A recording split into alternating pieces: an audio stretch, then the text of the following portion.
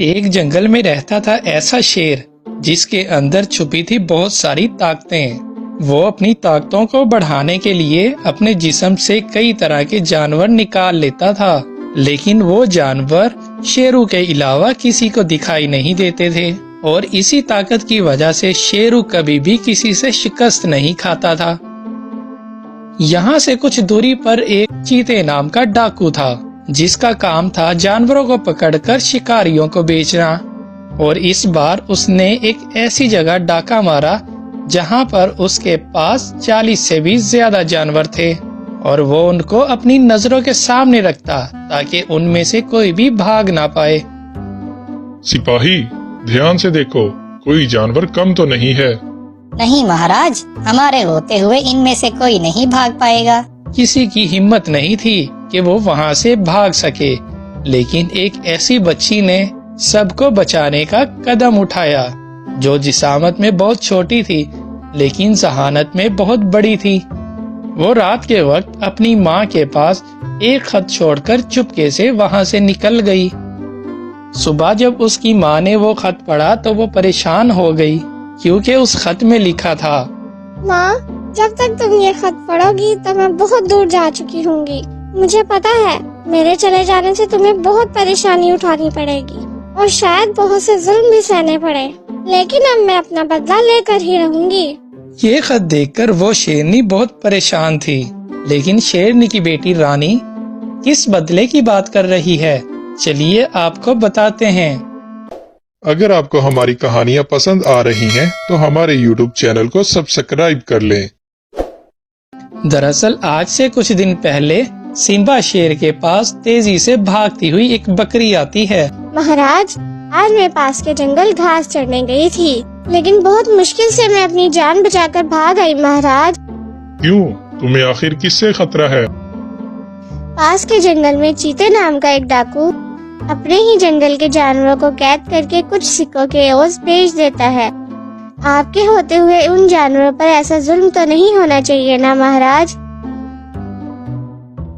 तुम फिक्र मत करो, हम अपने सिपाहियों को लेकर अभी वहीं पहुंचते हैं। सुनो, तुम सिपाहियों को जल्दी से खबर करो, हम अभी निकलेंगे। फिर सिम्बा शेर अपने सिपाहियों को लेकर चीते के जंगल पहुंचा। सिम्बा के सिपाहियों ने चीते को चारों तरफ से घेर लिया और उसके सिपाहियों को मार डाला।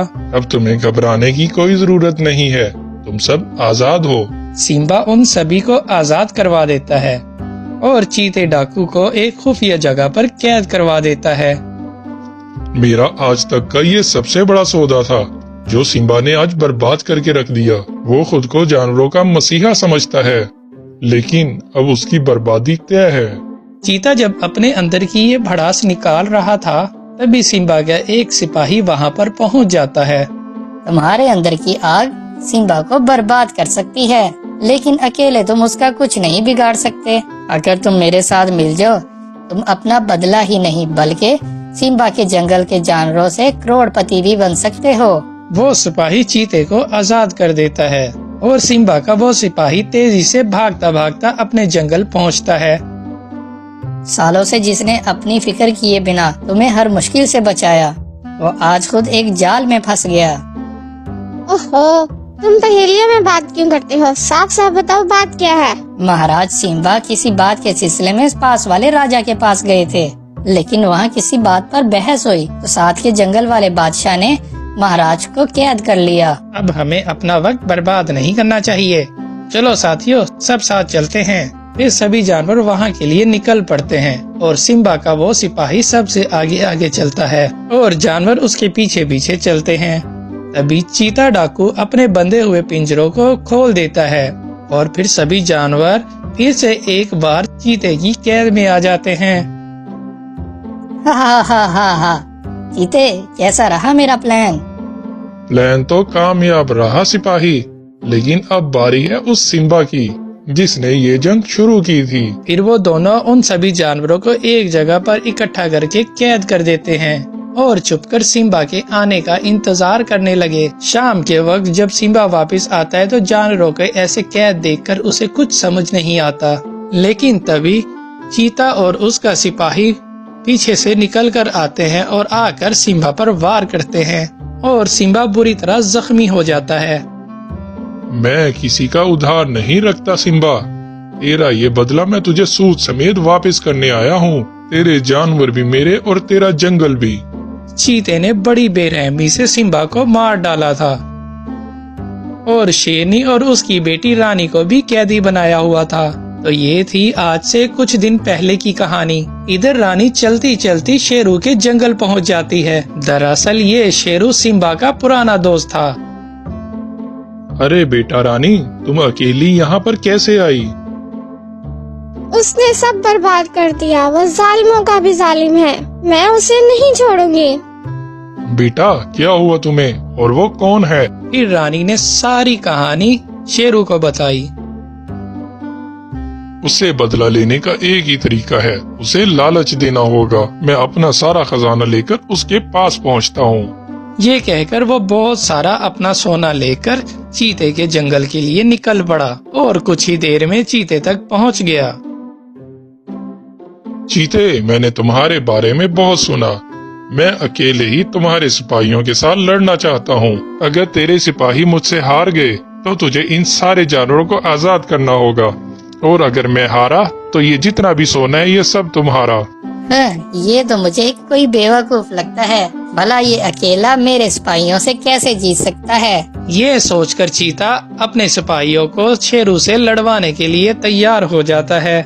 चीते के सिपाही और शेरू के बीच मुकाबला होता है और शेरू अपने अंदर से निकलने वाली ना दिखने वाली ताकत के जरिए बहुत से जानवरों को निकालता है, लेकिन वो किसी को दिखाई नहीं दे रहे थे। वो सब उन सिपाहियों पर टूट पड़े और सभी सिपाहियों को नीचे गिरा दिया और उन्हें बुरी तरह से जख्मी कर दिया।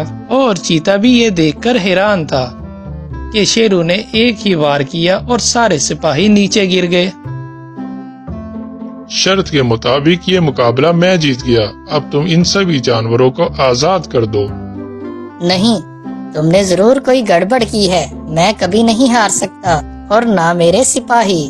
और फिर चीता उस सोने को उठाकर वहाँ से भागने लगता है, लेकिन तभी वहाँ पर सिम्बा का वही सिपाही आ पहुँचता है। इस बार शेरू उसे पकड़ लेता है और नीचे गिरा देता है। रुक जाओ चीते, अगर तुम एक कदम भी आगे बढ़े तो अपने इस सिपाही से हाथ धो बैठोगे। मुझे इसकी कोई परवाह नहीं। मैं सिर्फ दौलत से मोहब्बत करता हूँ और सारा सोना मेरे पास है।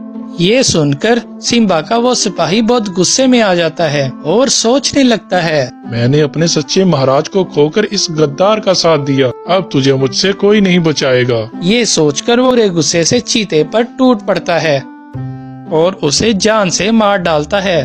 तभी वहाँ पर रानी भी आ पहुँचती है और शेरू सभी को आजाद करवा लेता है। सिम्बा का सिपाही सबसे बहुत शर्मिंदा होता है और सबसे माफी मांगता है। इस तरह से जंगल फिर से आजाद और आबाद हो जाता है।